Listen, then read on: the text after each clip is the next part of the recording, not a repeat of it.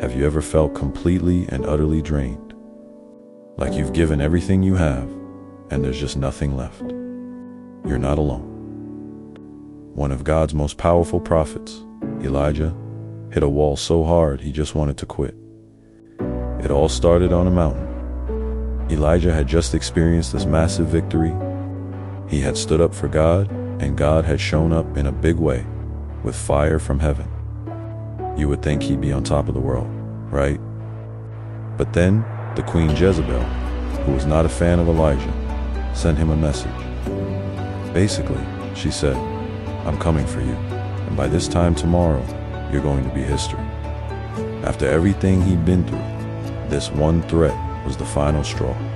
Elijah ran. He ran for a whole day into the desert, found a broom tree their only shade for miles and just collapsed. He prayed, "I've had enough, Lord. Take my life." He was done. Burned out.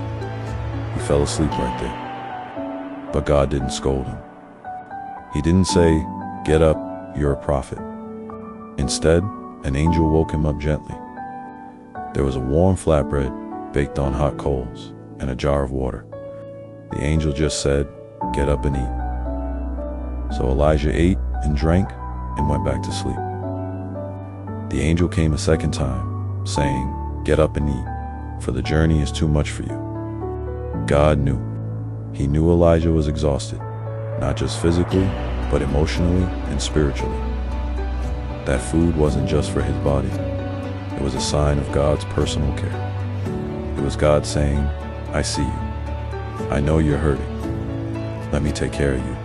After eating, Elijah traveled for 40 days and 40 nights to Mount Horeb, the mountain of God.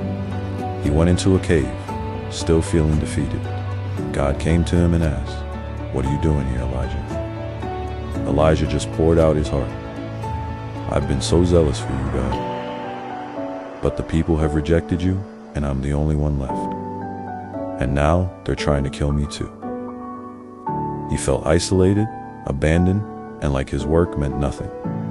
God told him, "Go out and stand on the mountain in the presence of the Lord, for the Lord is about to pass by."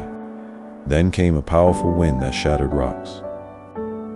But God wasn't in the wind.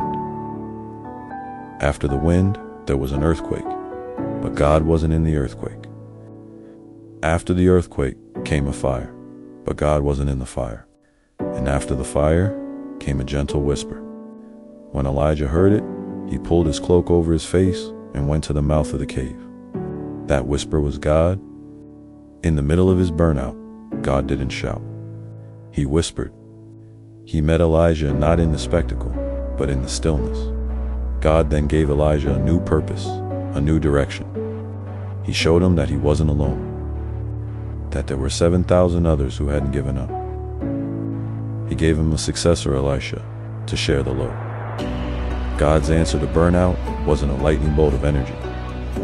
It was rest. It was food. It was a listening ear. And it was a quiet, gentle reminder that he was still there. And that Elijah was not alone. God met him in his weakness and gave him strength not to just keep going, but to finish his race. Thanks for watching, and watch out for the next episode. Subscribe and share.